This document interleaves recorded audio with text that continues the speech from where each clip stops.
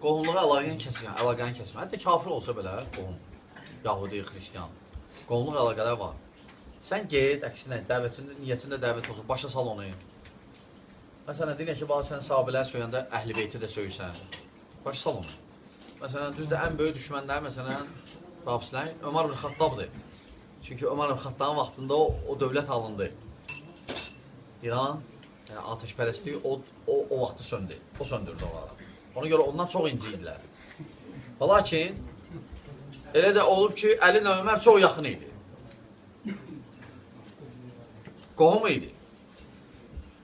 Əli bin Əbi Talib qızı, Fatimədən olan qızı Ümmü Kulsum vermişdi Ömərə. Hətta Əbu Bəkir də Osmandan da yaxın idi. Yəni kim ki Ömərə təyin eləyir, Əliyə eləyir təyinini. Əgər Ömər pis idisə, onda Əli pislərlə durub oturub.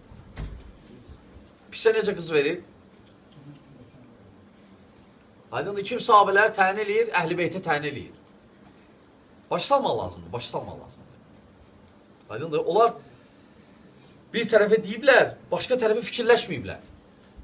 Məsələn, uydurma rivayətdə gör ki, Ömər ibn Xattab gəlib qapıya bir dənə vurur belə. Elə təsvir olunur ki, qapı dəmirdən də, angliz qapılardan da, belə dəmir ağır qapılardan. Fatimə qalır qapının arasında. Uydurma rivayətdir. Əli də oturub, birinci, hətta bizdə də görürsən, düzdür, rayon kədi yerlərində bu çox qalıb elə. Ki, birinci qapıya kişi gedir, evdə varsa. Aydındır. Necə Əli bin Əbi Talib oturub orada Fatimə gəlir qapını açmağa. Birinci şübhədir. İkinci də, Ömər Xattab nə şursun qapını? Elə düşmən idi. Düşmən deyildi, əksinə. Qızın verdi ona. Lakin, nə demək istəyir? Əli bin Əbi Talibin kişilik cəhətindən, mərdlik cəhətindən şəhərini aşağı salıb. Necə ya?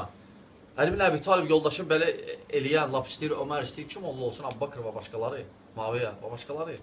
Əli bin Əbi Talib oturub sakit deyanar, yox, olmaz. Olmaz. Deyib bunu, lakin Əli bin Əbi Talib fikirləşməyib. Aleyküm. Aydınlı qardaşlar, ona görə onlar bir tərəfi deyiblər, o bir tərəfi fikirləşməyiblər. Ki, sahabələ təyin eləmək, Əhl-i Beyti təyin eləməkdir.